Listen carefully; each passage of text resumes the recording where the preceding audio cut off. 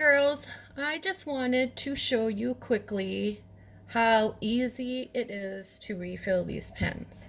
The hardest part of refilling the pens is getting this back cover off. I had to use rubber dish gloves just to be able to grip, here and here.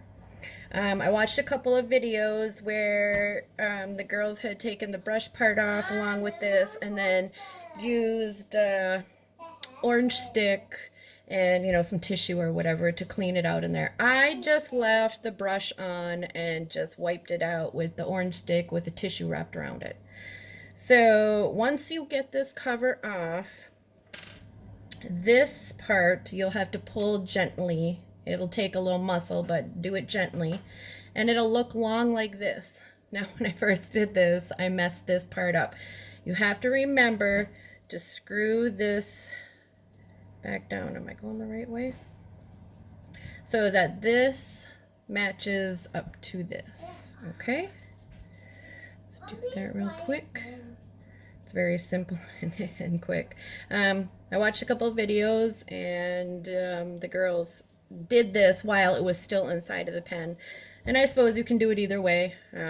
Like I said, I screwed up the first time and forgot to do this and then shoved it in there and oil everywhere. Anyways, once this is this way, put your cap back on, because if you accidentally overfill, it will squirt out of the top and then just go inside of your cap so you can dump it back in the bottle or whatever.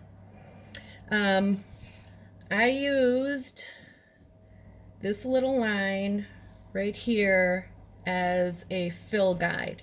Now, the first time I did it, I used these little lines up here as a fill reference, and that was just a little bit too much. So this line right here, hopefully you can see that, is what I'm using. Now there's a few ways you can fill these pens. You can use a medicine dropper, something like this that you might have at home from sick kids or whatever. But this isn't long enough to fit inside of the bottle, so that didn't work for me. But I'm sure if you have like a bigger bottle of oil, it might come with the squirty top. There's different ways, and I just found that taking the cover off, I have a big bottle here, and dumping it in works fairly fine for me. But if maybe you have a shaky hand or aren't quite sure, you could probably find a squirty contraption. Anyways, I'm just going to pour this in.